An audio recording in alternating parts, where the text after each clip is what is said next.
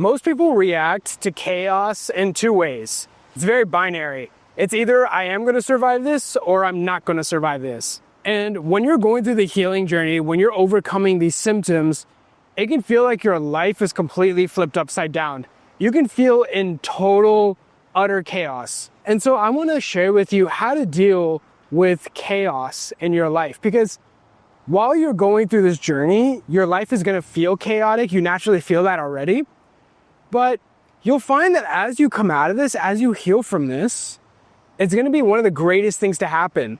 And in fact, there's going to be other times in your life where you're going to feel this exact same way. And it's not even going to be anxiety related. There's going to be other times that you're experiencing chaos. But in fact, if you can leverage it correctly, it'll actually serve you. It'll help you evolve. It'll help you grow. So let's get started. So if you're new to the channel and you don't know who I am, my name is Shaan. We help people around the world overcome their symptoms, go back to living. If you want to know the skill set of recovery, overcoming panic attacks, intrusive thoughts, the depersonalization, derealization, the physical symptoms, I'll put a link down below to a free ebook that walks down the skill set of recovery.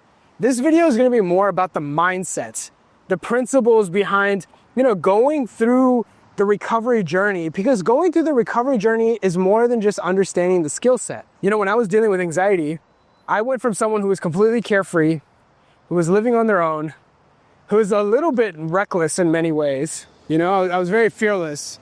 I never really gotten hurt before in life, or nothing really bad ever happened.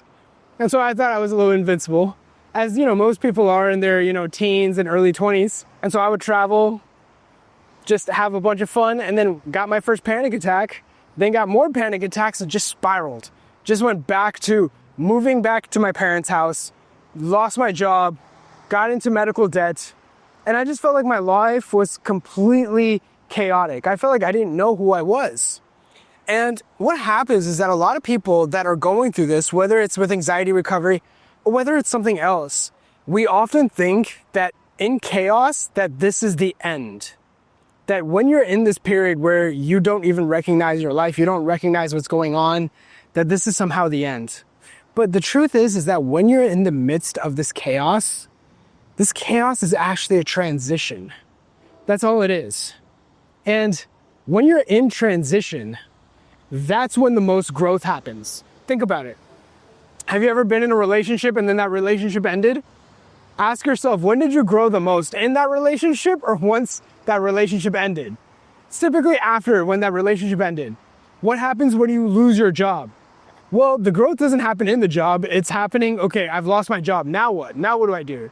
And when, people lose their job, they're thinking, oh my God, this is the end. And they don't think that, hey, maybe I could find something better, right? And so when you're on this healing journey and you feel like there's parts of you that have been stripped away, where you feel like there's parts of your life that's been taken away, we often think, oh my God, that's the end. But it's not the end. In fact, it's a transition and you need to go through it. A great example that I love is that, when you see a forest fire, especially here, I'm in the US, I'm in Boston right now, but if you go to LA and there's huge forest fires, when we see forest fires, we think destruction, right? And what's interesting is that Native Americans used to create forest fires all the time. They used to do it intentionally. And the reason why they did it is because what would happen is that it would help clear the ground. It would help make it easier for hunting. Any sort of excess, what would happen is that the forest fire would clean it out.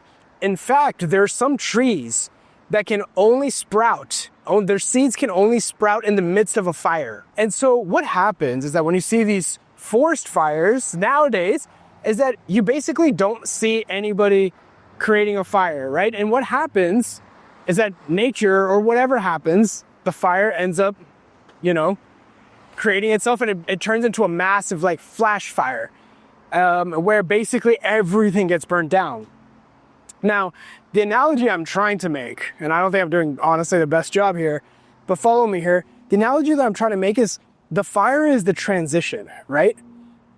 And so what happens is that when we avoid it, what happens is that, the grass ends up growing, all the trees, all these other things end up taking up a lot of space. And then when the fire does happen, because that's inevitable, that's the transition, that's life, well, everything burns, right? It's like this whole flash burn. While Native Americans would understand that transitions are part of life, that, going through, creating little small fires here and there is actually good for the ecosystem. It's good for the environment. And so what happens is that when we're on this journey, we're so resistant to the transition. We're so resistant to chaos because our minds start thinking that chaos means it's the end. But it's not. And in fact, chaos is necessary. It's part of the transition. And in order to go through that transition, you have to grow. So this is just an experience of growing. And so the people that always do well, the people that I have found that just crush it in the healing journey, they accept the fact that this is going to be a period where they're going to grow a lot. And they are moving forward in this transition. They're going to go towards this chaos because they know that it's part of the healing journey, that it's part of their growth. When I started Bye Bye Panic back in 2019, it was a few months before COVID. And when COVID happens, a lot of people thought that, this will only be there for a couple of days. But if you looked at any studies, if you looked at anything in the past, if you ever looked at, the Spanish flu, you saw that this is not going to take a couple of days. It's not even going to take a couple of months. And so what happens is that a lot of people were trying to convince themselves that, this is only going to be a couple of days. But I recognized at that time that actually, in many ways, things have changed forever. And because I was willing to accept the fact that, hey, COVID is actually going to change things, what it let me do is that it allowed me to create Bye Bye Panic online. I just said to myself, you know what? I'm not going to create something in person. I'm going to do this 100% online. And the reason I was able to do that was because I was allowing that feeling to come in during that transition. I wasn't running away from that transition. I was embracing it. I knew that behind this transition, behind this chaos that was happening, there was something that I could accept. And if I could allow it to be there, now I could think clearly. And so what happens is that when people go through transitions, they only think maybe a couple of days ahead. But if you can just feel the transition, embrace it, what that allows you to do is that A, you accept it, right? You accept the transition, but B, then you start thinking what's next. You're able to plan and actually move forward. People say, oh, it's the acceptance that heals you. Not quite. Acceptance is just the first step. Acceptance is making you realize that what you're doing isn't working. And you realize that letting it be and letting the wave pass on its own is all you need to do. And so the acceptance is just a first piece. The second example I want to give is, if anyone knows me, they know, I have a dog. I had a dog, Layla. She passed away last month. And anyone that knows me knows how much I loved her and how connected and how bonded we were. If you were to ask me, Shaan, what's your biggest fear? I would say my biggest fear is Layla passing. Honestly, I wouldn't know what to do without her. I loved her so much. We had such a strong bond. She was part of my identity in many ways. And Layla started getting a little bit sick back in October. She passed last month in June. But in October, I noticed she was getting a little bit sick. And there was a period after that where I thought, okay, she's going to get better. And we thought she was getting better. In fact, she was actually visibly getting better. But when she got sick in October, I realized that Layla's not going to be with me forever. And when the time comes, I'm going to have to be okay with letting her go. And I had to remind myself that, look, Layla doesn't belong to me. That's what I would tell myself. Layla doesn't belong to me. I am her caretaker in this realm, in the physical world. I've done the best I can. I've loved her to death. I have taken care of her. She's had a life that's better than most humans. But there's going to be a time she's going to go. And all I can think about is how happy I was to have her. Now, the reason why I'm telling you this is because I had to start that transition early. And the doctor that came to our house that put Layla to sleep, ironically, she knew my work. So that was pretty interesting. She was like, hey, I'm a fan of your work. I'm like, thanks. She used to be a dog psychiatrist before. But, she was telling me that sometimes people have a hard time grieving when their dog passes away, especially when it's sudden.